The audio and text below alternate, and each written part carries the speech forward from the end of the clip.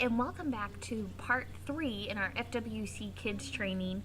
I hope that you're finding these to be informative and helpful and getting you prepared to working with the kids ministry. In today's video, we're going to look at how you can plan for the day that you're serving. There are some ways that we communicate our schedule of volunteers and the different ways and things that you can expect with that. So what you can expect when I schedule our volunteers, I try to do it in a pattern so you kind of get used to the flow of things. We're very flexible, so if you know that there's a date that's not going to work, you can let me know ahead of time before I even start the schedule. That's really the easiest. But if something comes up, we're usually able to work around things and reschedule and flip-flop and all of that. All we need is some time to do that and some flexibility with everyone in their schedules, and it's not a problem. So what's going to happen is about a month, I do the schedule for 2 months at a time. So January and February, March and April, June and July. And what ends up happening is in December, the first week of December, I would send out a copy of the January, February schedule to everybody. You'd look over it, you'd see, oh no, I have a business trip and I'm going to be out of town this Sunday, and that's when I'm scheduled to do kids church. So what you're going to do is you're going to email me or text me or somehow communicate that to me and let me know that, hey, I can't do this day, but I could do this day, and we'll kind of rework the schedule from there. I usually give everyone about a week to respond to that schedule if there's any changes that need to happen. And then what happens is you're going to receive an email notification. The email you can see on the screen, and it says response needed for FWC Kids volunteer. This is for our most favorite FWC Kids volunteer, Princess Pineapple Pants. There's a little message saying that you've been scheduled to minister in FWC Kids, gives you some little directions and a little Bible verse that kind of reminds us of why we do what we do. You can see that arrow is pointing and it says FWC Kids volunteer, you're invited on the following dates. If there are multiple dates in a 2-month period, you'll see multiple days. But you know, for Princess Pineapple Pants, she's just scheduled for one date, which was February 6th. What she would do is click on that green button that says respond and view schedule. When she clicks on that respond and view schedule, it's going to take her to a page that looks like this. You're going to see there's an option if you want to receive text notifications of, hey, you're scheduled to serve this day. You can go ahead and set that up. Once you've set that up, you don't have to set it up again. If you don't want to receive text messages, that's totally your choice. I get the text messages, but it's kind of up to you on whether you'd like to do that or not. This also gives you an opportunity if you needed to update your information, such as your email changed or you got a new cell phone or something like that. You can see a button that says update my information, and you can go ahead and take care of that. As you scroll further down that page, you're going to see the date where you're scheduled. You have two choices. You can click either the green accept button or the red decline button. If for some reason, if you click the green accept button, that then will send you reminder notifications as it gets closer to time. If you're like, yep, I'm good on all those dates, then it goes ahead and it'll send you automatic reminders and things like that, which is very helpful. If you click the decline button, that's totally fine. Something came up at work, something came up with the family, and you're just not going to be able to do that day. That's more than fine. Go ahead and click decline. But plan to also then shoot me a message and kind of let me know I can't do this day because whatever reason, and we'll work around figuring out a different day that we can work things around. There have been times where people meant to click accept, but they actually accidentally clicked decline. If you click decline, it does notify me that so-and-so declined this particular date. You can change it if you accidentally hit the button. You can go, oh no, I did that, and then click accept real quick, and that is totally fine. But just expect if you accidentally do decline, you'll probably get a message from me that just says, hey, I'm just checking, did you mean to hit decline? And just touch base and make sure that we're all good and all on the same page. As things come up, each week, so depending on if you serve on Wednesdays or on Sundays, this is an email that goes out for our workers that work on Wednesday nights with Awana.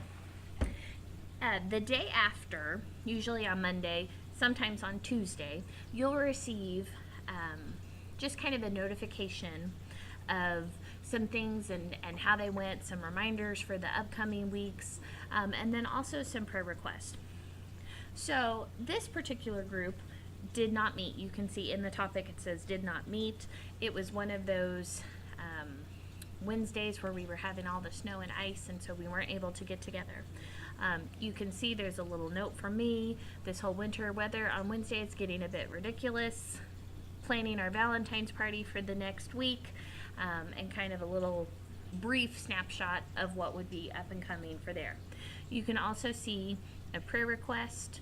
This week we're going to pray for a person. Sometimes it's a family, sometimes it's an event, but there's always a prayer emphasis and reminder to pray for things as we're serving together. Awana is all about memorizing scripture, so you're also going to find in that area a challenge to memorize a certain scripture. For our Sunday FWC Kids, I don't necessarily send out a memory verse reminder. If we're doing a special challenge with the kids, that would be included. And this email goes out to everybody that's in that particular volunteer group. You'd also see at the top, if we would have met, you would have seen the volunteers that had worked and then those that did not work. If it says did not show up, that doesn't mean that you were in trouble. It just means you weren't scheduled for that day.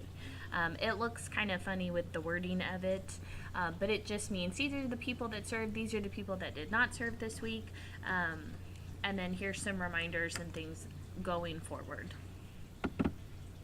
So you'll always receive an email reminder once you've hit accept. It will send you a reminder the week of, and then I believe a day or two beforehand it'll send you another email reminder. Same thing with a text message. It would send you a text message as well as the week of, and then a day or two before. We also use an app called GroupMe. GroupMe is a group texting app. It's free.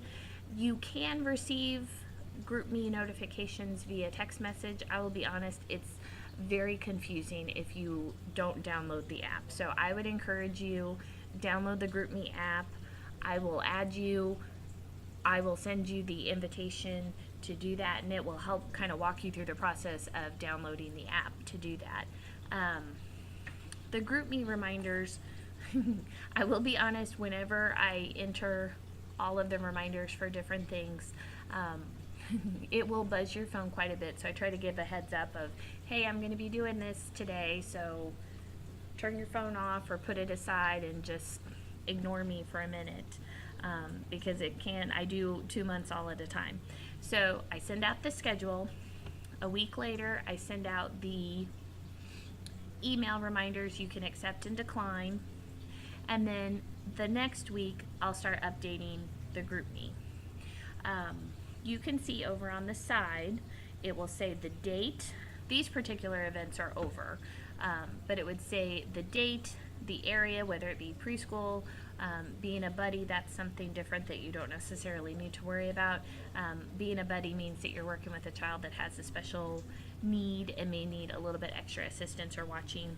And then we also have our school age group. So it gives you, it's not meant to be detailed, it's just meant to be kind of a push notification of, oh yeah, and remind you.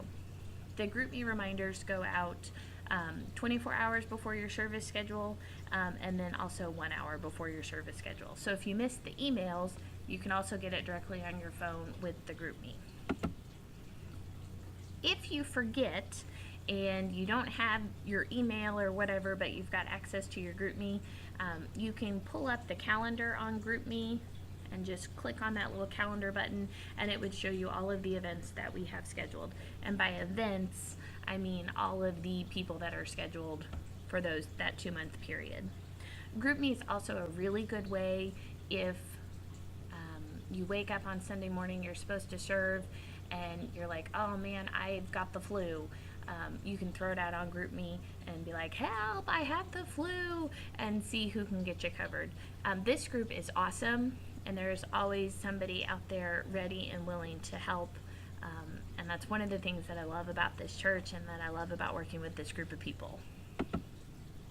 Just like you can accept and decline via the email, you can also accept and decline via the GroupMe.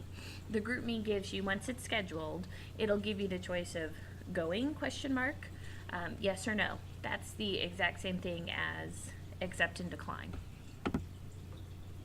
You are welcome to accept and decline via the GroupMe app. That updates so that everybody in the group can see it, whereas the email goes just directly to me. You're welcome to respond to both of those, or you're welcome to respond to just one or the other.